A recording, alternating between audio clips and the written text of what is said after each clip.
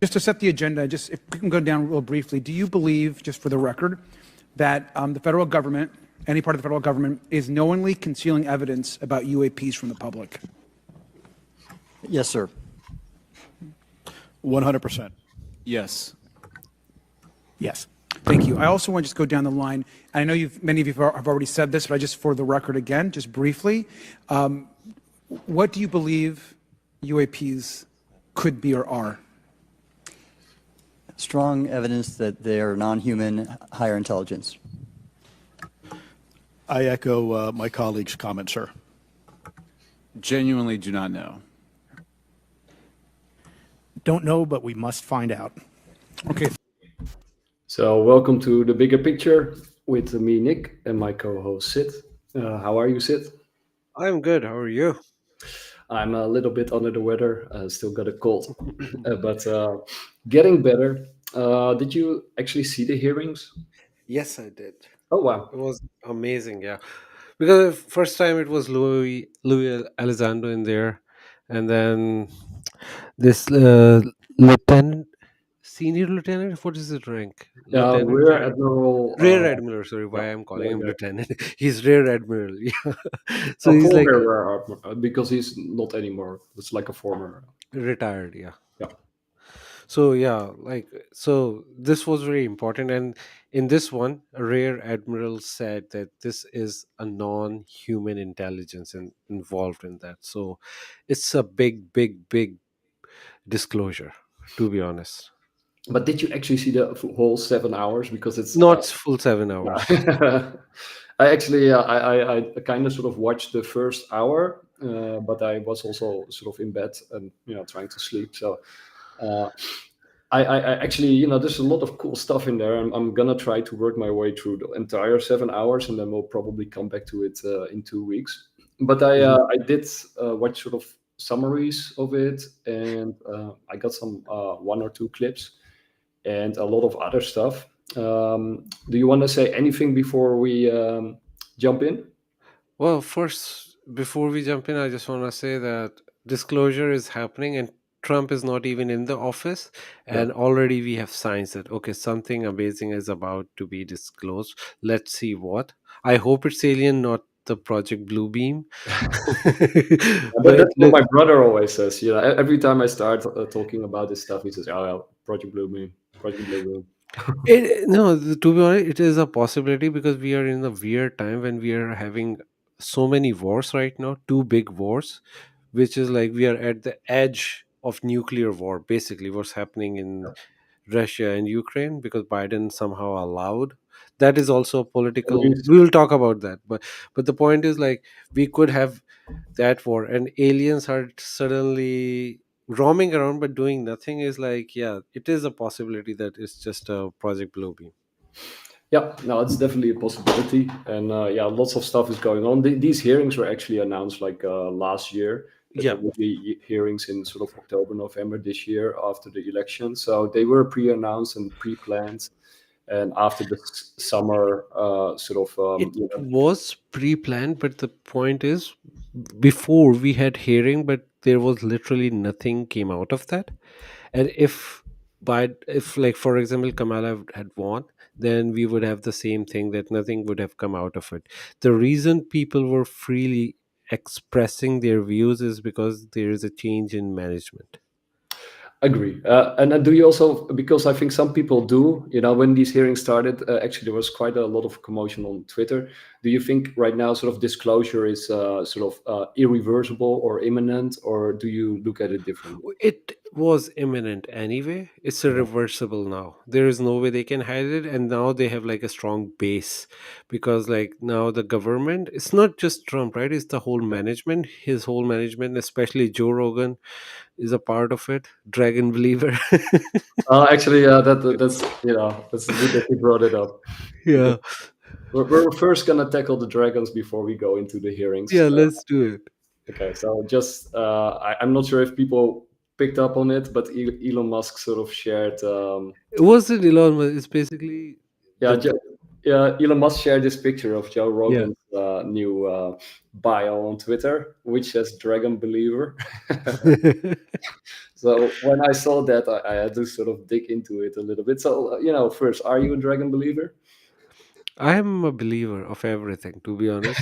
But yeah, Dragon believer, yes. After View mocked Dragon believers, yes, I am a believer now.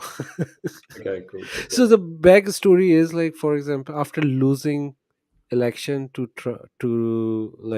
Trump, they are start calling out the people who actually helped, which is true because Joe Rogan had a big voice, so he had a podcast with him which had a big impact. So now they are attacking Joe Rogan, and how they did that? By calling him a dragon believer.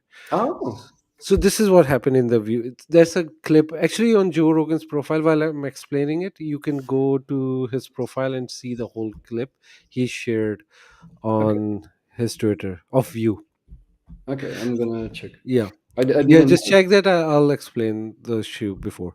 So they were criticizing Joe Rogan, and they said like now the time, like they were explaining that View, like MSNBC had like really great uh, r- uh, talk show host who was giving a genuine uh, views, like realistic, and now the people are listening to the dragon believer who is Joe Rogan, and then she Oh, doubled down on him. So what Elon Musk, sorry, what Joe Rogan did, he retweeted that and he said, I am gonna have this as my new profile description, dragon believer, to mock them. And then there is a clip where he's talking about like what if dragons were real. yeah. I actually preloaded that. I didn't see that he put that But in. the whole story started with this View clip where they mocked him to be like, yeah, Okay, so this is an interesting clip. Here they sort of explain, how it could be possible that dragons are real. And this guy that's now gonna talk, he doesn't actually believe in dragons, but he's sort of yeah. explaining sort of the reasoning behind it. Evidence is the reason there's no fossils of dragons is because they had bird bones and they were actually very delicate animals. But a handful of these a small population of these giant flying lizards existed and basically encompassed all these different countries where they all depicted fighting dragons in their own way, and they were all killed off by knights or whatever it is, and then didn't fossilize. What? So it's like the science is saying that if there were lizards big enough to fly around and eat people, they didn't have bones that could fossilize. So it'd be like an eagle. Right. And that's why, all these human populations around the world have depictions of them, because they did actually exist. Now, are there any stories of dragons? Well, I don't have to play the whole clip. Yeah. But, By the way, I also shared the View clip. oh, the few clip. Oh wait, I'm gonna check. So Did you put it on DM? I just sent you Joe Rogan's Ah, yeah, okay. tweet. So where he's saying this is going to be my new X description. Yeah, I got it.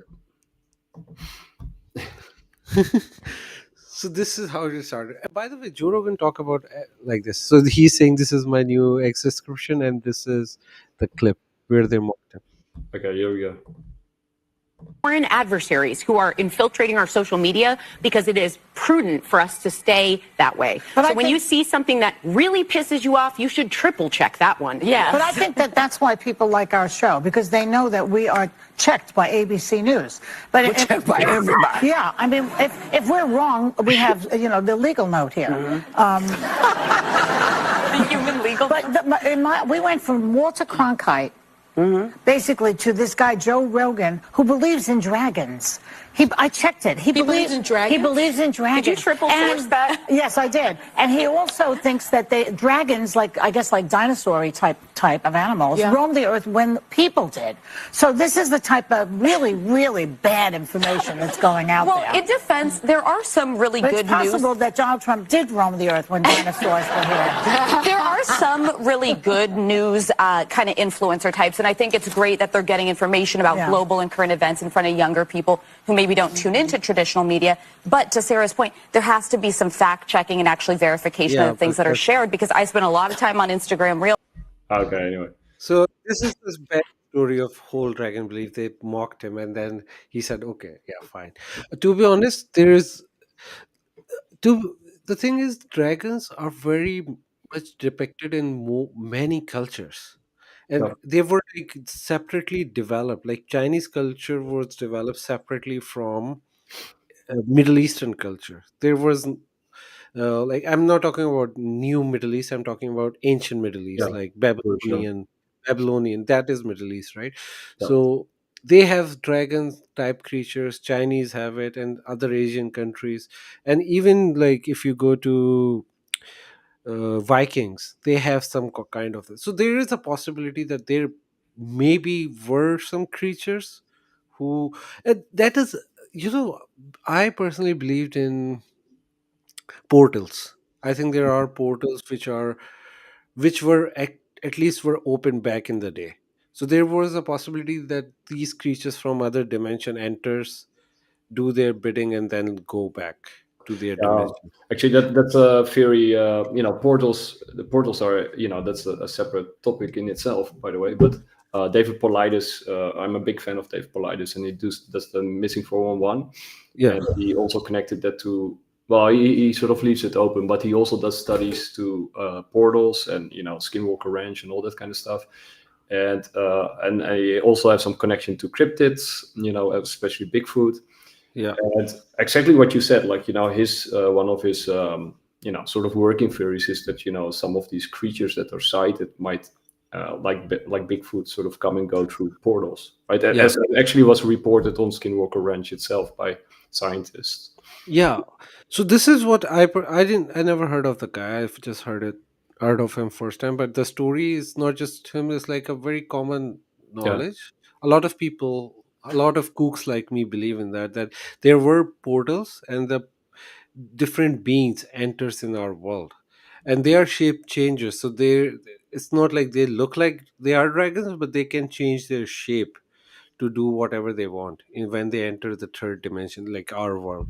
yeah. Because with dragons, even though you even have in Maya and Aztec religions, you have depictions of dragons, and Exactly. basically even in Africa, southern Africa, you also have depictions of dragons, but they are always kind of different, right? I mean, the Chinese and Japanese dragons, or Southeast and East Asian dragons, are very different type of dragons than Yeah. Western dragons, so to speak. And so sometimes they have a lot of legs, sometimes they have no legs, sometimes they have horns, sometimes no horns, Yeah. no wings, fire breathing, water breathing. Yeah. It's kind of sort of, there's not like a, Like for example, Chinese dragon, they have no legs. It's like yeah, a snake, big snake. yeah, yeah, or very small legs, and Yeah. yeah, and like the sort of the horns of a deer, like, Yeah. so. Yeah, I don't know, but actually, he also linked a documentary, and I actually watched a documentary about dragons. That's this documentary is kind of clunky.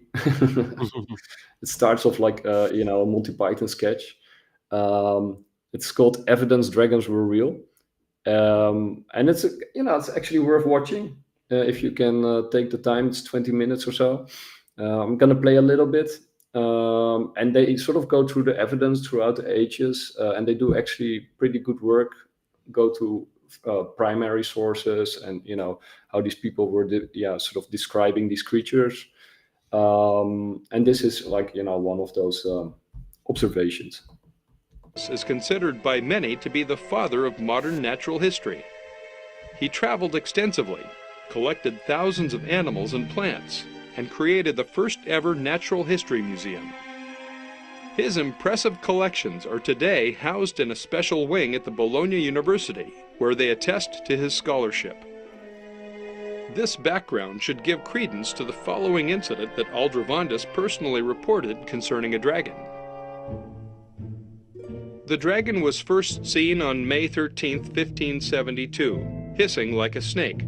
He had been hiding on the small estate of Master Petronius near Dosius in a place called Malinolta. At 5 p.m., he was caught on a public highway by a herdsman named Baptista of Camaldulus, near the hedge of a private farm, a mile from the remote city outskirts of Bologna. Baptista was following his ox cart home when he noticed the oxen suddenly come to a stop. He kicked them and shouted at them, but they refused to move and went down on their knees rather than move forward. At this point, the herdsman noticed a hissing sound and was startled to see this strange little dragon ahead of him. Trembling, he struck it on the head with his rod and killed it. Aldrovandus identified it as a reptile, the first of this type that he had seen. The strange creature seemed to be completely harmless. Aldrovandus surmised that the dragon was a juvenile, judging by the incompletely developed claws and teeth. Aldrovandus mounted the specimen and displayed it for some time. It is regrettable that, while many of his museum mounts nicely survived, the dragon mount has disappeared. Oh, and that I it's sort of it's like I said, it's not it's a low budget, simply made documentary, but it's full of these sort of interesting observations throughout history and different cultures. And I really like this one because this person that they're describing here is like basically the first naturalist that is very meticulous, very descriptive in his observations. Also, when you sort of hear this story, it's sort of totally not it is not what you call it, sensationalized. It's it's like a stupid little dragon that's killed by a hit on his head. Like that's not very. It's not like a story that you tell to impress people or something. Yeah. And then he mounted it on his museum, and then his museum is intact except for that specimen, which is very interesting. Yeah, it's very interesting, and I just found my new subject to draw because I was having, after publishing my last picture, like the alien 1561 celestial event, I was thinking what should be my next subject. I was really having a hard time. Now I know I'm going to draw something about dragon. I don't know what, but it will be something related to dragons. Cool. Yeah, I used to love to draw dragons. I still got a lot of these dragons hanging around in my I will draw something people and dragon, like something from King Arthur's time. Knight versus dragon type of shit. We'll see. Now I know where should I look into. So now it's going to be good. Okay, so now let's go back to the hearing. I found this one of the highlights, from me watching it. This I think 1.5 hour in or something. That it's likely that they are being piloted by some mind-body connection. Ma'am, I think it is safe to presume here that they are being intelligently controlled because some cases seem to anticipate our maneuvers, and in other cases they seem to, I came across an email where the word stalked was used in a very secure email between Navy officers discussing their ships being pursued by a UAP. In our previous panel, we had Grush, and he had testified to say that some of these were interdimensional beings. Can you speak on that at all? Ma'am, I'm not qualified, certainly as a scientist or otherwise, to speculate points of origin. I looked at everything from a scientific perspective. So if you look at, for example, instantaneous acceleration, which was one of the observables of the program that I belong to, ATIP, the human body can withstand about 9 G-forces for a short period of time before you suffer negative biological consequences, blackouts and ultimately redouts and even death. Comparison, our best technology, the F-16, which is it's an older platform, but one of our most highly maneuverable aircraft, manned aircraft, made by General Dynamics, can perform about 17 or 18 G-forces before you start having structural failure, meaning that the airframe begins to disintegrate while you're flying. The vehicles we're talking about are performing in excess of 1,000, 2,000, 3,000 Gs. So would it be safe to infer that they're living craft? I'm not prepared at this point to state for the record is something alive or not, because even that definition is hard. There was a time in science we thought that life required oxygen, and we now know that's not true. There are anaerobic bacteria that thrive in oxygen environments that lack oxygen. And so also same with photosynthesis. When I was in college, I was told everything is derived from photosynthesis as a form of energy. In reality, that's not true. There are things that live off of chemosynthesis. So we're constantly having to reevaluate our understanding of what the definition of life is. Do any of you ever come across reports from people that claim to have firsthand experiences with these entities, whatever they might be, or these aircraft, and then as a result, whether or not they're religious, find that these things? They say they don't know. I'll Yeah. scroll that one. But but I also found this very interesting. I mean, for you and me, we already know this part actually. Louis Elizondo has been in many interviews, and he sort of stated similar things. But I also like the fact, that he also goes in to what is the definition of life, right? Yeah, It's a changing exactly. definition. Yeah. And then when we talk about life, we just think about life on Earth, Yeah. which we don't even know how many other life forms are living, because what we don't know, we don't know. But the definition of life is so stupid. Like, we don't understand it right now. You cannot It's a moving definitely. target, right? Yeah. Yeah. So we don't know. And to be honest, that interdimensional beings stuff, I genuinely believe in that. People don't even realize. And they're not like us, they're different. Yeah. And some people, argue that maybe the spacecraft or the thing itself might be alive, right? That it's not actually the occupant. Yeah. That it might not actually have occupants, right? Or it has occupants, but the thing itself is also alive. Yeah, there Yeah. is a possibility. Like bioships, right? That's a sci-fi term, bioships. In sci-fi movies, I've seen bioships, which are itself alive, and then there are beings inside too. But I don't think they even need to have people inside. Yeah. For example, Could be when we drone. send, yeah, it could be a drone. Like, for example, we send like probes to Yeah. other planets. There's nobody in there, but that's a different, just a spacecraft which is itself doing its own thing, and we can see it. So there is that possibility. We are very obvious because I think, in hindsight, we are very backward. We are not advanced Yeah. civilization. So yeah, we are very visible, but then there could be like highly advanced civilizations in our universe. I'm not talking about like portals and stuff. It's just like they exist in our Yeah. universe, who are doing secret stuff, that they Yeah. exist, nobody can see them, they just give us a glimpse, or but then they observe whatever is happening on our planet. Well, that was sort of, last time when we talked about simulation theory, and Yeah. we sort of discussed it, that you might have actually aliens or non-human intelligences, because it's plural, it's not one, that operate on Earth, and because they're superior, they can actually cloak themselves right before our eyes, right? Because we actually have like a very limited visibility of the spectrum, but also just very limited in everything. Like, Yeah. we're just very limited, right? And Donald Hoffman, he already demonstrated that natural selection and evolution doesn't select for recognizing the truth. Actually, it hides the truth completely Yeah. in front of our eyes. So as a species, we might actually not be evolved enough actually to be able to see them unless they show themselves to us. Yeah. Yeah.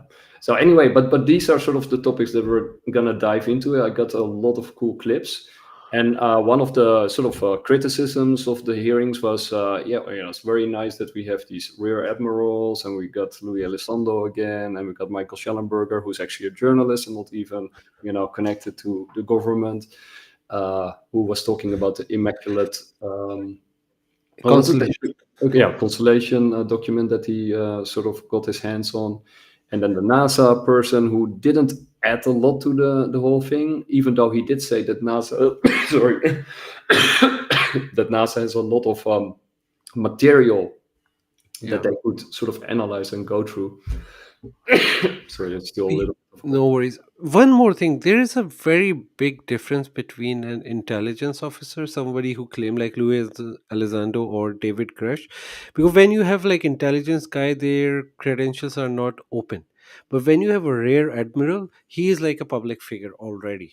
Yeah, you can speak. So there is a whole different credibility to a normal admiral versus intelligence guy, or a journalist versus intelligence guy, because these people are, you have by default more trust because they are not very secretive. Their whole life is like a public domain for like 40-50 years, as long as their career is. So that's why they are way more credible. So this admiral Yeah, he's high was ranking.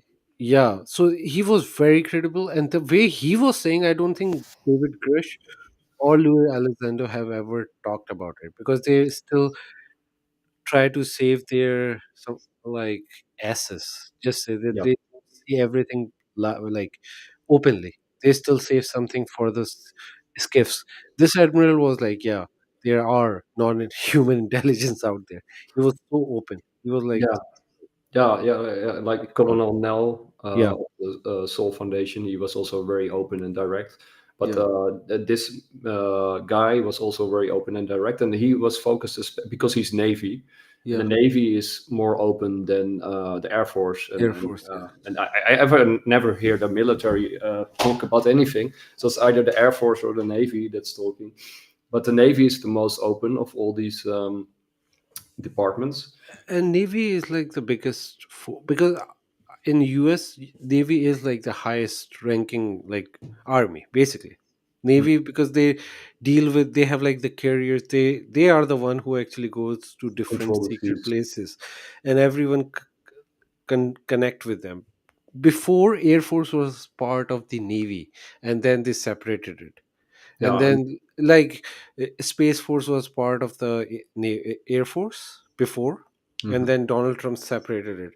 But before that, Air Force was a part of Navy. So Navy is like always like the top people. Yeah, but you know, in the past, like in the 50s, it was Air Force was sort of the most deciding factor. They They also, became Air Force, but before that it was Navy. It's always like the admirals who were actually guiding. Even Air Force right now, because America never fought on their territory. They always fight on someone else's territory. yeah, that's true. They need Navy to guide, because they need their aircraft carriers. So Air Force have to use Navy to do their operations. True. And In Europe and like in World War II, that was a whole different story, because they were fighting on their ground, so they were flying their planes from their border. But US is different. They have to use Navy that, because they don't have land. that's true. And I think it was Ross Coulthard from Need to Know and from Reality Check. He also made the argument, or somebody he interviewed made the argument, that where the Navy is pretty sort of decentralized, and where most of the sort of the generals and the admirals, they have to be able to make their own decisions, because they're often far away in sort of whereas the Air Force is very hierarchical in structure. Like they have a Mhm. very hierarchical command structure, so it's way more easy to sort of keep stuff under lids, and to um, whereas in the Navy things are way more open and less controllable than in the Air Force. That was sort of I'll try to find that interview that he did. It was very Mhm. interesting. Or maybe in next one we can see it. But we're also sort of gonna do a little bit more about the Navy, because one of the things that was a criticism of the hearings was that it was all sort of admirals and generals and secret agents, and or no, it doesn't matter. But there were no like first people who were actually involved with the reverse engineering, like the scientists themselves. I don't think they will release, because if you release a scientist, like their credentials, what's going to happen? There are other competitors like Russia, China, they can abduct them and they can get that information out. So I don't think this is even a good idea to release those scientists information to public. I think they should keep it secret, because but they but were directly involved in that. but we will actually reveal some of them today. Well, if they are publicly revealed, that's a different story, but I'm just saying that it's a better strategy not to release those, at least crucial one, those who actually, because even in engineers there are levels, right? There is like one person who is definitely doing most of the work, he should stay out, but then there are some who don't show. Okay, let's hear Stephen Greer. Yeah, here we go. Pivoting to, which is very important, is that we're sort of moving beyond the whistleblower phase, and we're advocating for a group that are now defecting from these covert black sites who will hand over to us the dispositive evidence and proof, which we will then provide to you, Bianca, and the media. This is a very bold step. Yeah, well, it's a very bold step. This is something that's just happened. We have a special access project within law enforcement working with us, as well as a group of people who are at 6 different black sites running programs, including reverse engineering ET craft and the man-made ones. I want you to come back and discuss this, and I think Americans are ready. The world is ready. They want this information out. And Dr. Greer, if anyone can do it, you Thank can. you. Pivoting to, which is very important. So, and then not long after he did that statement, this showed up on Twitter. So, Yeah, I just saw that today, basically. yeah, so is this the beginning of catastrophic disclosure? Not sure it was the source. So he claims he received these creepy email and, these kind of pictures of, orbs and whatnot.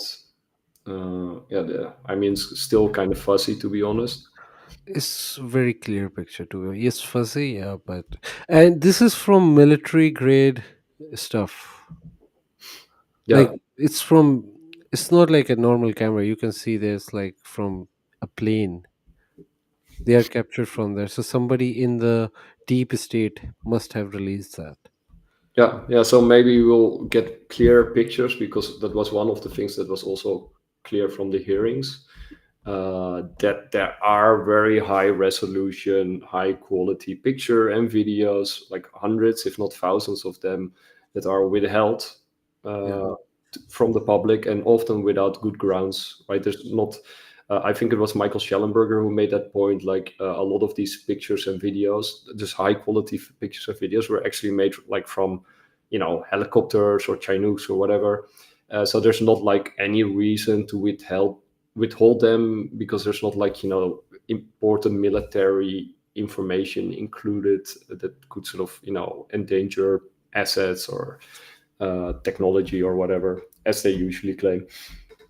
But but there's no good reason that they are withheld from the public.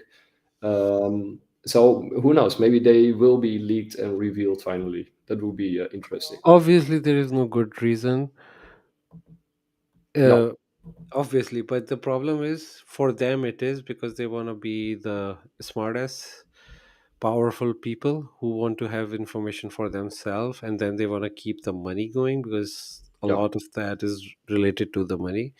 So that's going on, and that's how you get Pentagon's missing budget. That's why they never pass their audit ever, because there's a lot of, oh wow, this is amazing. Yeah, I don't know like what it is. I can't explain it. This is It was in Afghanistan. It's like a 10-minute video posted on Reddit. Yeah. It claims Yeah. to show UFOs near an Afghanistan military base appearing to withstand a missile strike without damage. But they also say, like, viewers are split, while many sharing their own unexplained sightings, while others caution against jumping to conclusions, because it's not super clear. Yeah. They can make it a little bit bigger. Oh, it's like something hit them. Yeah, and then nothing happened. Yeah, it's like US decided to attack these. Yeah. Just in case. It's so stupid. I mean, I understand the critics, right? These things can be anything. It can be flares, can be. No, they are not flares. We know what flares are. I've seen so many flares in my life. That doesn't look like flare at all.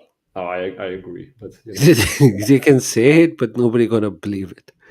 But I mean, it's not like the smoking gun, because I talked to some of my friends and family, and then they say, oh, okay, hearings, but where's the smoking gun? Like, wake me up when you give me the smoking gun, or when they present the smoking gun.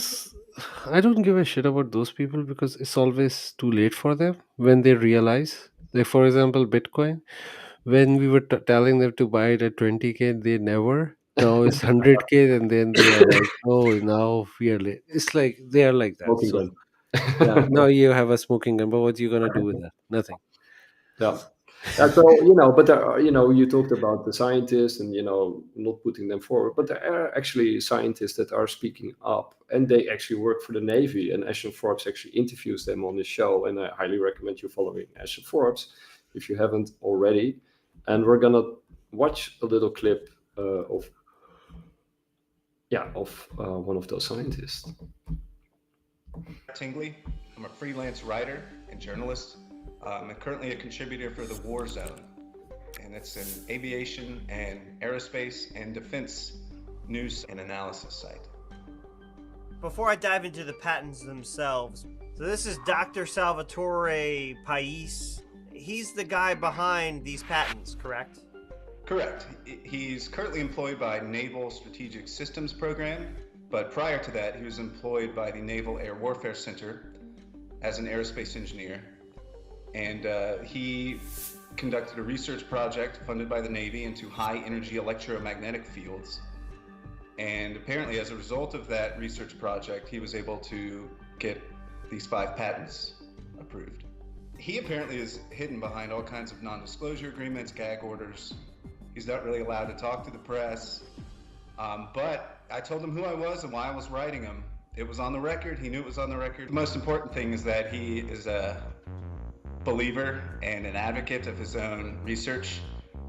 In our correspondence, he went so far as to call it the Pais effect, which he describes as the controlled motion of electrified matter subjected to acceleration, deceleration, accelerated transients in a highly vibrated mode. Pais claims that this can lead to the enablement of macroscopic quantum coherence.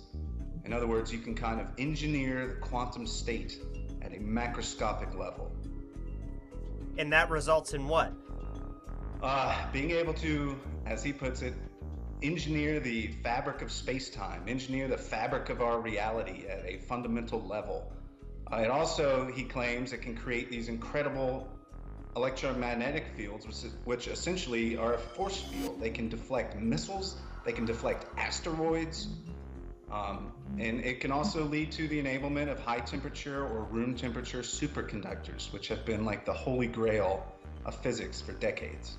When this patent was first submitted by the Department of the Navy, the U.S. Patent Office denied it. They rejected the hybrid aerospace craft, and they rejected the room temperature superconductor. The examiner felt that there were enablement issues in both. In other words, that they were not possible based on the descriptions given, based on the science provided. Dr. James Sheehy is the Chief Technical Officer for the Naval Aviation Enterprise. So he's one of the lead scientists behind the Navy's aviation and aerospace research endeavors.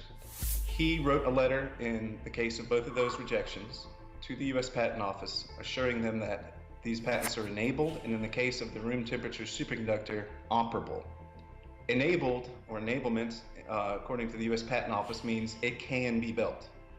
It's possible based on the description in the patent. Operable, on the other hand, has a very different meaning, which means there is one working. There is one in operation, at least one. What Pais is describing in these patents, it seems to match up exactly with both the Navy sightings and so many other sightings around the world, as you mentioned. So that's interesting. It can deflect missiles. Hey, where did we see that? Yeah. So, by the way, to be honest, deflecting missiles is like the first technology you should have in everything. So it's, which leads me to believe that there is a possibility that humans have built these things, because that's more like a human technology, right? Because we are talking about deflectors from a Star Trek era. So when the first Star Trek came in, they had deflectors, and the technology evolved around it. But yeah, but this is also very commonsensical in our universe, where there are so many asteroids out there, so they will put deflectors anyway. In order to travel in a space, you everybody need to build something like that, which will deflect all this. And I'm not sure if you know it, but when Louis Elizondo came out with his new book, one of the highlights of that book was that it sort of showed how a UAP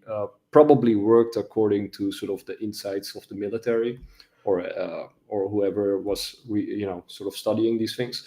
And you see sort of this bubble around or this cocoon around the ship, and that it sort of moves, basically also like Bob Lazar sort of explained in the video, these interviews. But it is sort of like a deflecting shield, at the same time that it is also sort of changing the fabric of space-time, basically like Salvador Pais talks about.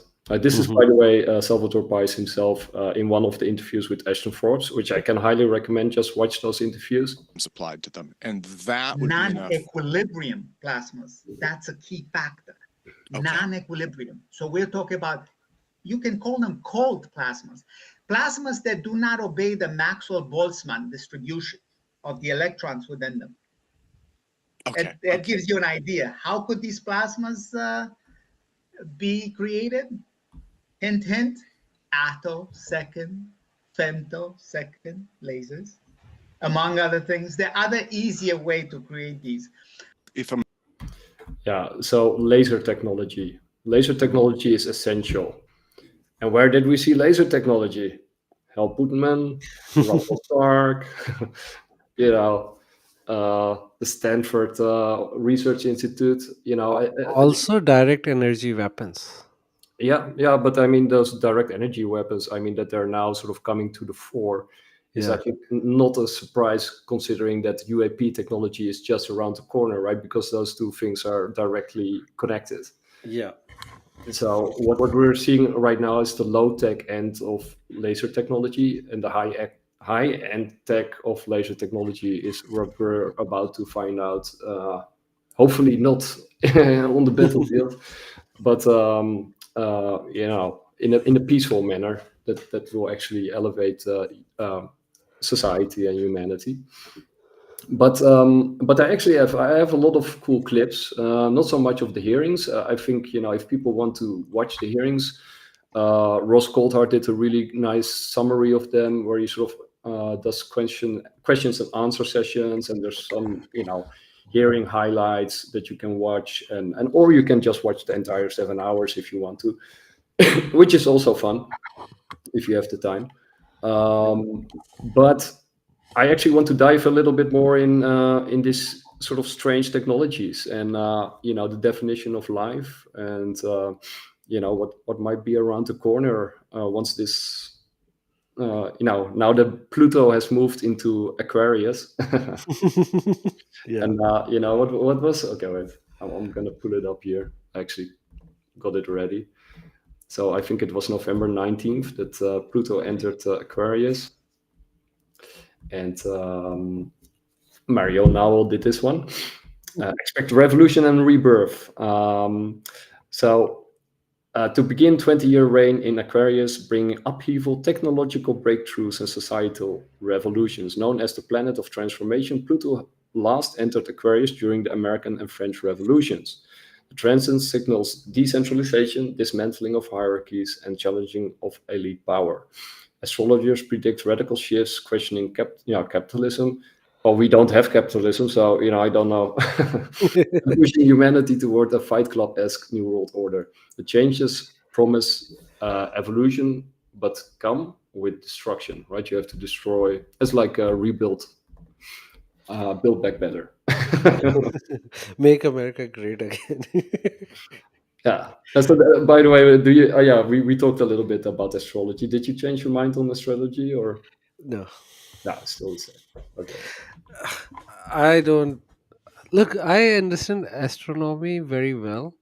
That's why I don't see a correlation between humans and the movement of the planets, because they are always moving, how they are affecting. And also these constellations are like subjective. They are not actually like, from here they look different from another point on the earth. It's not like the fixed thing, right? So I don't understand that, but maybe there is something to it. I'm not like a fan of astrology. Numerology is different though. Numerology, there is something into it. Astrology is just like, I don't see a relation of a planet and a human. Like, what like it could have a scientific effect, like maybe the gravity change and which affects something, but like how now you're gonna do these achievement in science and technology because the planet is moved in one direction. I don't know, man. Yeah. Oh, I don't know either, right? But Yeah.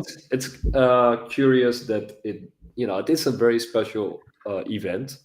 It doesn't happen very often, and the prediction is that the next 20 years will be quite bumpy.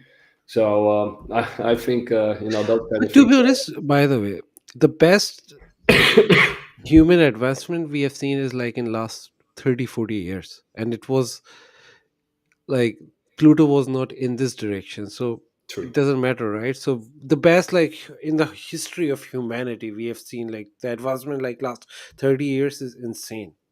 Yeah, but we haven't seen what's coming now, right? Yeah, but So it's also possible because we have like such a strong base, we're gonna do it anyway, doesn't matter where the planet is. yeah, and then of course the planet was already moving in that direction. So, but I Yeah. understand what you're saying. So let's move on to the next topic because I'm not going to be for this. Yeah, by the way, while we're moving from it, I just want to say Pluto is a planet. Fuck Neil deGrasse Tyson. Agree. So we're now going to go to somebody I think, I'm not sure if you don't like him, but he's very interesting. And in Prague, they came up with this concept of psychotronics, which are physical devices, pieces of technology that in some way augment psychic ability. And yes, I think that eventually things like Neuralink will become pieces of psychotronic tech. And the big challenge there is going to be dealing with unconscious psychokinetic impact on highly sensitive electronic components. So this guy, who was the chair of the School of Engineering and Applied Sciences at Princeton University, Dr. Robert John at Princeton, spent like decades studying ESP and psychokinesis at Princeton at this laboratory called the Pear Laboratory. And one of the most interesting things that he found, which is relevant to this question, is that the finer electronic components are, the more small scale they are, the more micro they get, and the more statistical randomness there is in the way these things work, right? Like large systems like a printing press or something.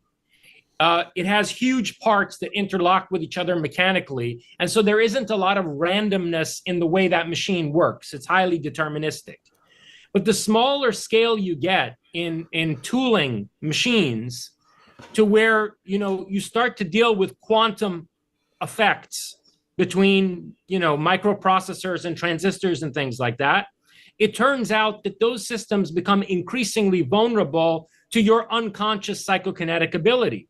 So people are constantly projecting their intentionality into the world psychokinetically.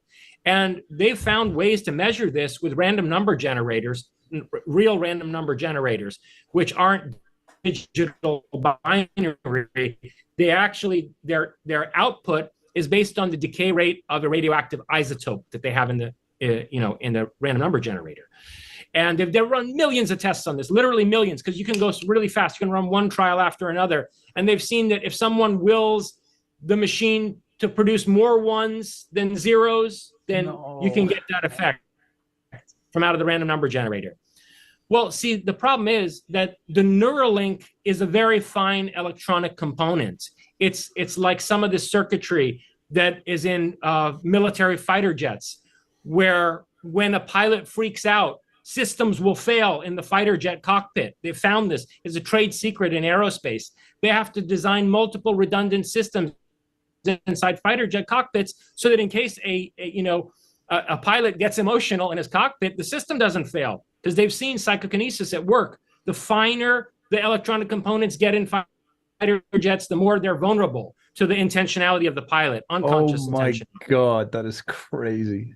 Yeah. So the problem with Neuralink, which Elon Musk doesn't understand. He's another one of these way too materialist, Kurzweil a little bit in the Kurzweil direction. Not so much in terms of his ethos. He's better in that respect, but still, he's a little bit too materialist and mechanist, and he doesn't understand that they're going to have big problems with this Neuralink. It's not going to be as controllable as they expect, because people's unconscious intentionality is going to interfere with the circuitry, and they're not going to get the kind of connectivity to a computer system that's as reliable as they want. Now, but that's a good thing, because what's going to happen is then psychokinesis becomes an R&D problem. Then it becomes a research and development bottleneck. And so you're going to have a lot of well-funded, extremely rigorous research on how to fix this as a problem. And what's going to come from out of that is a very refined understanding of psychokinesis. And see, that understanding of psychokinesis will be applied in all kinds of ways that have nothing to do with Neuralink or with pieces of technology. Mm-hmm. It'll be applied in training people to use psychokinesis the way people train martial arts. I agree with most of the things. I'm not a fan of Neuralink because I think that's a really bad idea. But other than that, yeah, psychokinesis is a possibility, and those things gonna work. By the way, I noticed like your internet is breaking because the videos No, very no, laggy. that's actually that was actually an original video in the interview. Oh, I it's watched in the the video. entire video. So if it's lagging, the sound is working, but it's actually in the original video that he's No, lagging. but even in the other videos, I noticed that, like which we were playing there, most of Yeah. them had that issue. Yeah. Okay. Well, then it's double lagging. Then it's also me. Oh, okay. Yeah, it's also us lagging, but it was also in the original video. Okay. But yeah, so this interview is very interesting. It's pretty long, but there's some really cool highlights. I'm gonna show two more, and it has to do because this also has to do, what we just showed with Salvatore Pais. This on this micro level. On this micro level, that things are not what they seem, and that you can actually, that space and time are manipulatable. Yeah. And that's actually what these ships do, right? That's also why they are so fast, right? They're actually not flying; they're just bending space-time around them. Yeah. So, and that's also why most of these ships, and that's also what we talked about in previous episodes, is like that they're probably directed or steered with the mind, right? That there's a mind machine interface, or that they respond to consciousness, like that consciousness is actually steering the ship. Yeah. And that's also probably why most of these secret agencies, the CIA and NSA and others, are sort of focusing on those individuals that have a particular biophysical makeup, which makes them receptible to seeing these UFOs, or that UAPs are attracted to them in the first place. And that's what we also talked about with religious figures throughout the past, that these people see these things, and maybe these people are also the people that see dragons and Bigfoot and whatever. Yeah. Speaking of those, like seeing cryptic things, I think it's a lot more people than you think, because a lot more people see them, but they never talk about them. Well, and another thing is, of course, we have been so sort of conditioned not to believe it. So even if you see it, you will doubt yourself. Like you will say to yourself, "Oh, I didn't see that," or it was probably a figment of my imagination. Yeah. And if they are already sort of hard to see, and you're also starting to doubt your own senses, then you will just neglect yeah. it. Your brain will neglect it. And plus, all we're resonating more and more with the machines around us, and most people walking down the street don't even look up anymore. They're transfixed on their phone. Yeah, I'm one of those. I try not to do it, but when I'm not doing it, I'm not transfixed on my phone, and I do look around. But you can be really mesmerized by your phone or other equipment. Exactly. Even if you're walking, you hardly look up. You look just down when you're walking. Even if you're not looking at your phone, that's how we are conditioned to look at the floor, because there are so many potholes you don't want to fall into it. So you gotta keep looking down. Yeah, and then there's another problem, right? I think we also talked about it. Is that humanity has been so successful in transforming the area or the space or the terrain around them into whatever they need, that they sort of been able to block out whatever they find uninteresting, right? So Yeah. in urban areas, it is very unlikely that you will see crazy stuff. Oh, in urban areas, you are not going to see anything. In rural areas, you see stuff. Like a lot of people see a lot of things. Like also think the haunted stuff. This is, I also think it's like something coming from another dimension.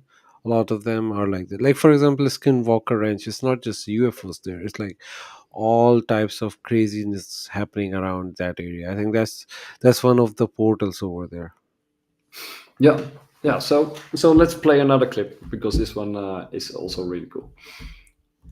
It's also from the same interview. I'll link it down below.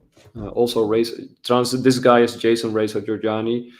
He has some crazy political views and engagements, but his philosophical work and his thinking is quite brilliant, and he's very well read into this. It's part of the spectrum of sentience, and certain beings are more or less conscious, just as certain beings are more or less sentient. And some of the most interesting parapsychological research has been research on plants and bacteria that are psychic. So I covered this in Prometheus and Atlas. Cleve Baxter, who was the inventor of the polygraph and actually devised some of the interrogation techniques used by the CIA. Back to nature, baby! Stop.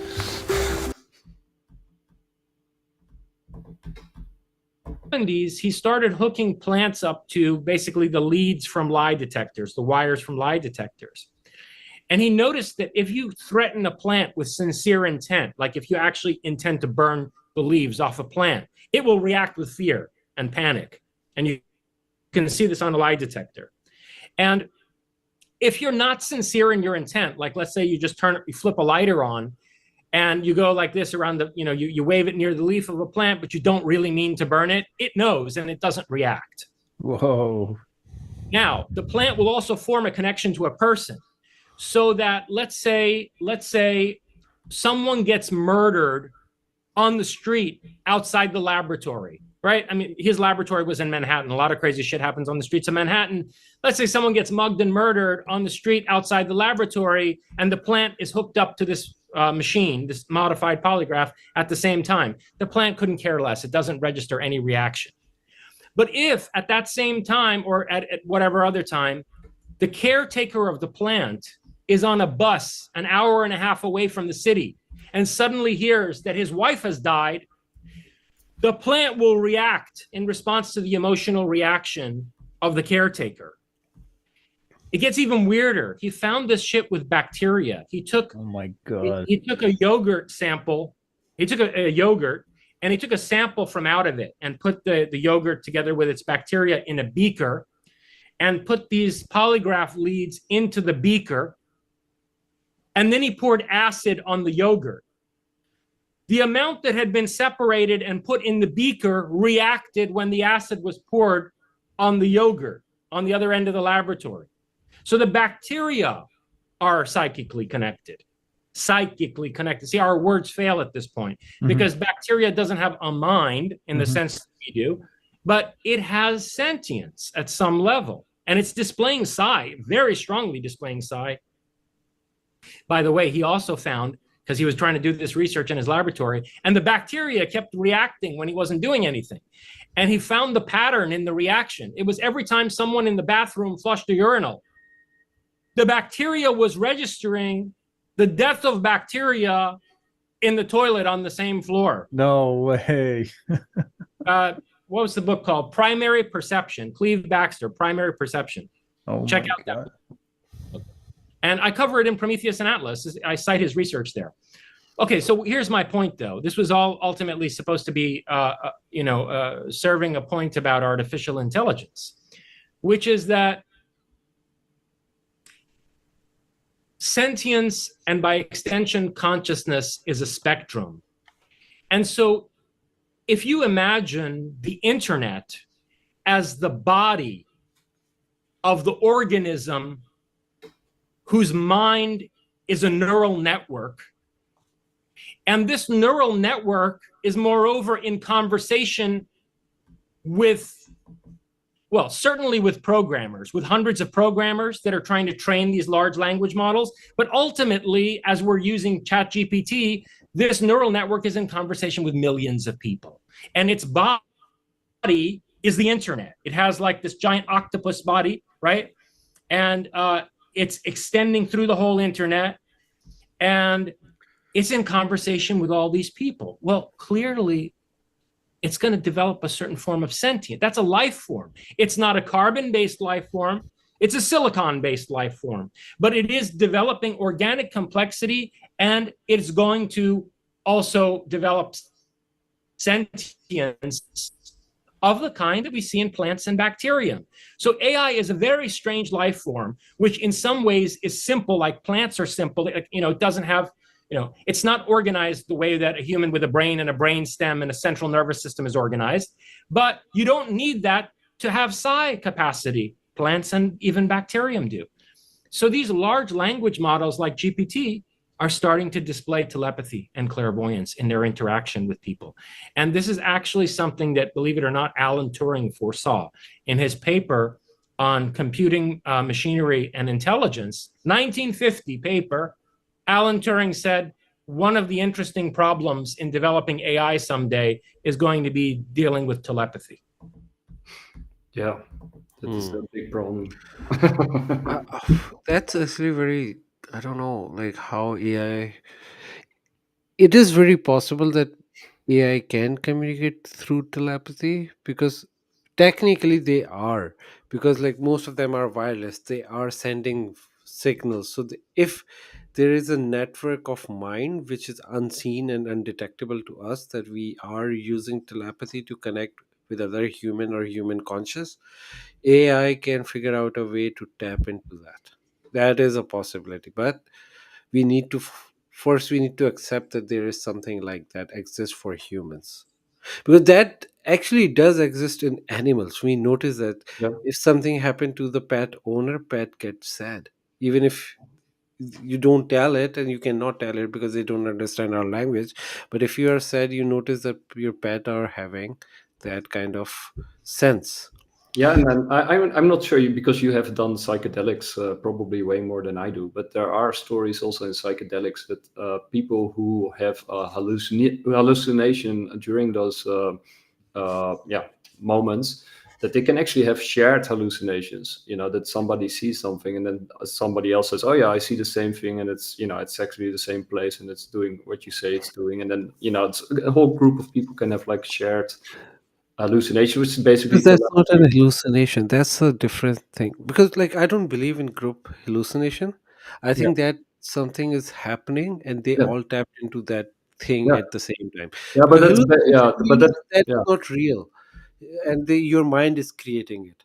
There is no way that there is a way, but I'm just saying, like, probably with my psychedelic experiences, like that world exists in front of you, but our brain has developed, like, evolved in a Yeah. way that we don't see it. But Yeah, that but is I mean that is a form of psi in a yeah, sense. obviously. But what I'm Yeah. saying, like, when we are going strictly to the definitions about hallucination is something that's not real and your brain is creating. Yeah. Yeah, I agree with that. Yeah. Yeah. Yeah, but I mean, it is a form of psi and it's a form of telepathy, because even though you might be seeing a different kind of world through psychedelics, Yeah. at some point the sightings are also connected to each other, probably through the minds of the Yeah. people. By the way, in psychedelic, a lot of people have similar experiences. At least in the locations, they see similar Yeah. things. Like I've talked to like a lot of my friends, and a lot of my friends have the same type of experiences when they see my art, like my not my normal version, but like my psychedelic art. When they see that, they see, oh, we have seen the similar thing. That's how I actually made a lot of good friends. through my art because they say, oh, we have experienced the same thing, or we went to the, especially when you go to the white light, there is a white light. People who have experienced the psychedelic, they know what I'm talking about. So there is a white light, like a whole ocean of light. A lot of people have seen it. There are different names for it. Some people call it a well of souls and stuff, but that's like a similar location. Everybody who have like a hero experience, they know what I'm talking about. So there are some places, some things in that dimension which is hidden from exist, and all of us tap into that. And there is also a lot of when you're talking about psychedelic, there's way more because don't have any documentation of it, right? There are very few people who can actually take psychedelics because it's illegal everywhere. Very few places it is allowed. So when you had like a psychedelic experience, you just have pieces of it and you cannot explain it because there is no guidance. You are like, it's an unexplored territory, and then you're just trying to understand what happened. And it's not the normal world because most of the thing you forget when you come back to the real world. You Yeah. don't even remember, so you just have glimpse of the information and you have to deal with that. Yeah, a little bit like Plato, like being born, that you actually forget what happened from the place where you Yeah, originate. yeah. But there's actually, I think, an institute in England, a university. I think it was Cambridge University or another university that is actually doing these psychedelic sessions in a sort of formalized, standardized setting, where they actually put people in these situations for longer and longer periods of time in order to map out the territory. I forgot which university it was particularly, but they're actually creating these psychonauts, as they are called, in a laboratory setting, in a controlled laboratory setting, in order to map out that space. Because a lot of these entities that they encounter through, many people have reported similar entities at similar places, and basically, the waiting room. You got all kinds of things that Yeah. people go through, and then some people say, yeah, that's just because of the way the mind is made up. Yeah. It's a human construct, or a construct of the mind. But other people are saying, actually, you're experiencing something out there. I'll tell you this. Only people who never had their own experience, they say that the human is those who have their own experience, uh, they know what they are talking about. So when a scientist come out and tell me like, oh, that was just a figment of your imagination, I was like, you have no idea what you're talking about because you have not experienced it. You are just using your limited knowledge of this world to explain what you don't even know what we are talking about, because we cannot explain what we saw.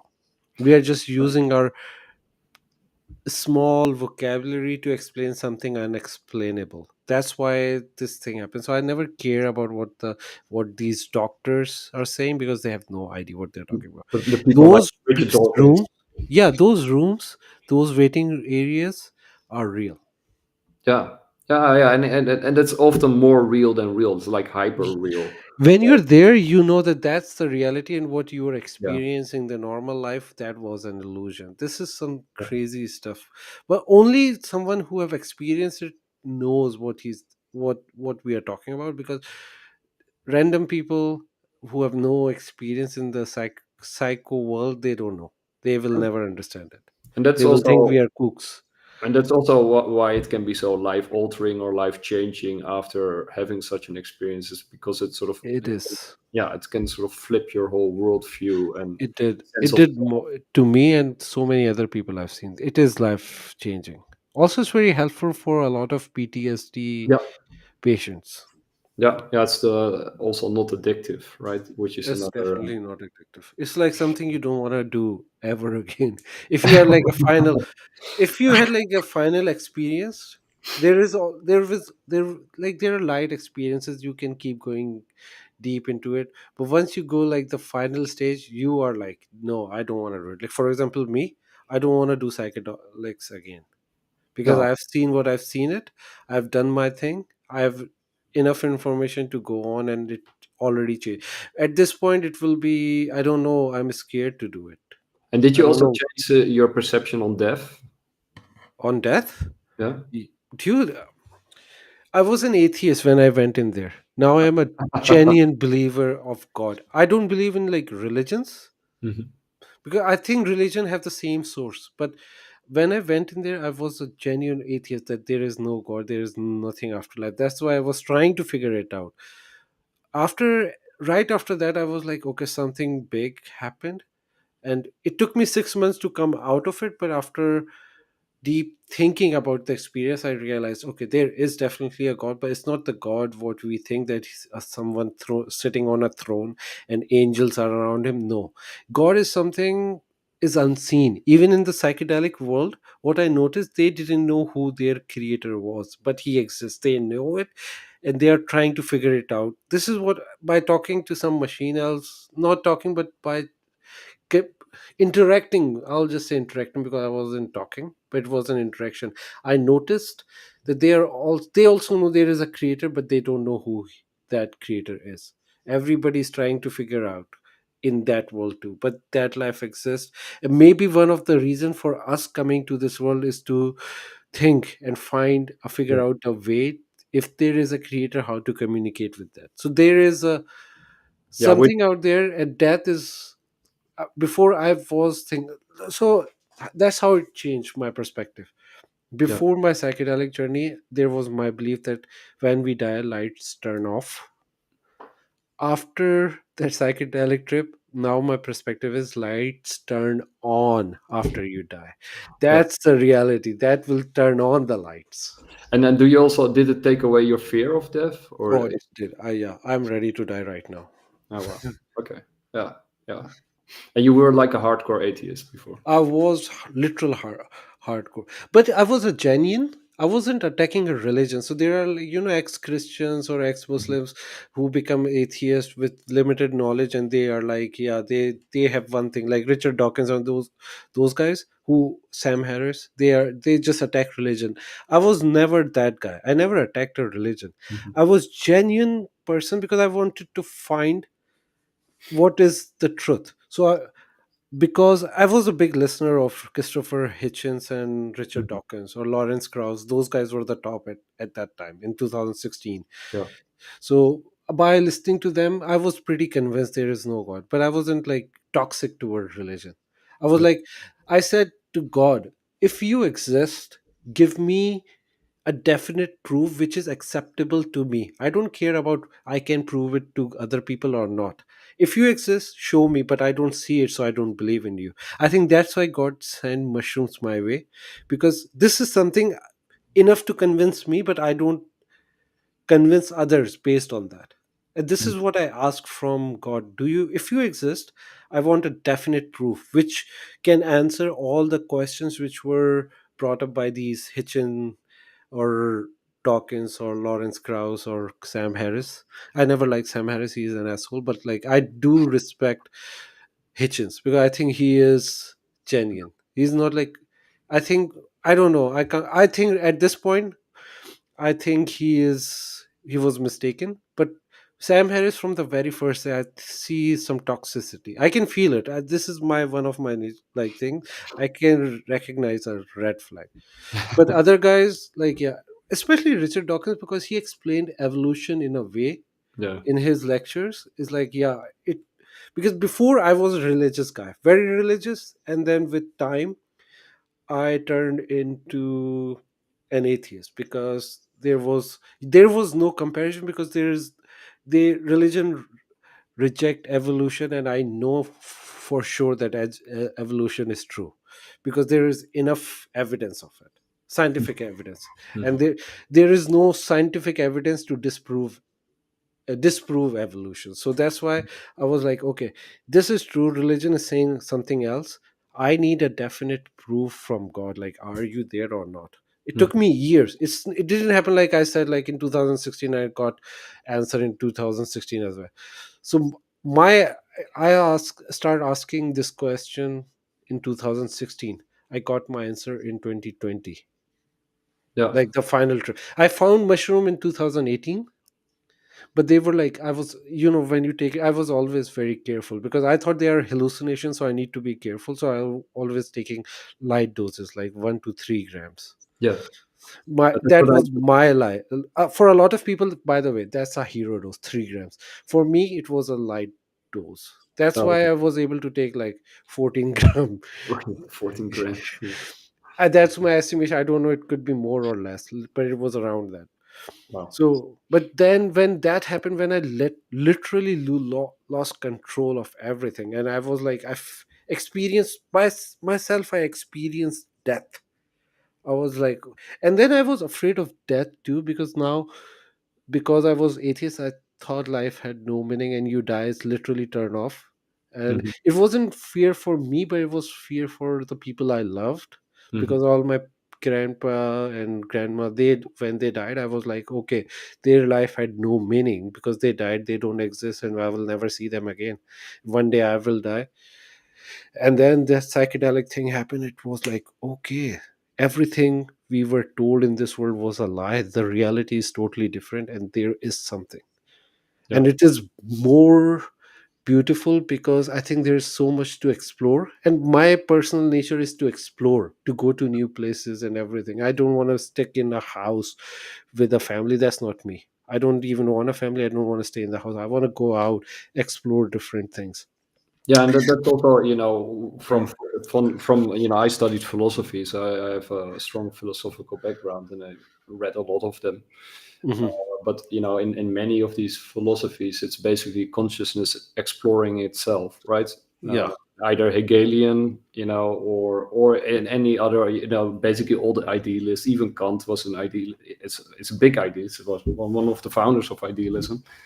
But Berkeley, right? It goes all the way back to the medieval times and pre-medieval times, right? The classical Greeks and yeah, of course also Eastern philosophers. It's basically about exploration and consciousness exploring itself, and Yeah. creativity. Yeah. This is what I liked about like that. Like, I know that it's not like you will just die and go to hell or heaven. It's just a whole world out there which you can explore, and you don't need to pay for it. You can just go Yeah. wherever you want. There are no boundaries. It's like a boundary-less existence. It's amazing. Yeah. So, and on that note, we're definitely gonna return to these hearings because there's probably way more Way stuff more. inside. Yeah. This was just the tip of the iceberg. I think we sort of covered quite a lot of ground. I think Mhm. there's a lot of science out there that's actually out in the open, and people can take a look at it. Follow Ashton Forbes because he does a brilliant job of going into the technology that's out there. Actually, you can just follow him and listen to his interviews, and that you can get a very good idea about what kind of secret technology the Navy and other deep state actors have access to. And I wouldn't be surprised if that gets out in the open. And I think the coming 20 years will be super interesting. And I also think what Razor Giuliani said about that we're sort of at the point that sci is actually coming out in the open. It's already coming out in the open. If you just open YouTube, if I open YouTube, my algorithm knows me very well. But there's so many shows about UAPs and this stuff. It's ours is just like one tiny droplet in an ocean of researchers at the moment that are diving into these issues. But this is a start, right? Where you start, and then hopefully we Yeah. will. I think if you look into the stuff, you find some real proof yourself. So maybe you and I, maybe we will have a first-hand experience, like first contact or something. Maybe we see UFOs and we record it, and then we'll come here and discuss. Because the more you look for something, you start finding it. Yeah, and there, to all the UAPs, you are welcome to come on the show. Now, that's actually also something that's true, right? In many of these interviews with these people, it turns out that if you start looking for these things, and if you have this, biophysical makeup, that's probably a precondition.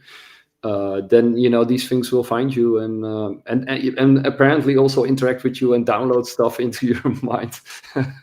So I don't know if I want that, but yeah, we live in interesting times. Yep. And more interesting times are about to come. So get ready. Absolutely, because Trump put all the right people in the right places. Well, maybe not all the right people, but they are all pro crypto and pro UAPs. So in that regard, that's the right people in the right places. Yeah. Let's rumble. Let's go. Let's rumble. And in the background, you see basically Sid's artwork. So if you're interested, follow Sid. That is Awaken. What is your handle again? Awaken_luck. Yeah. We'll also link it underneath, and then you can check out his NFTs, which are really cool. And with that, we're gonna take off and see you next time. Take care. Bye. Bye-bye.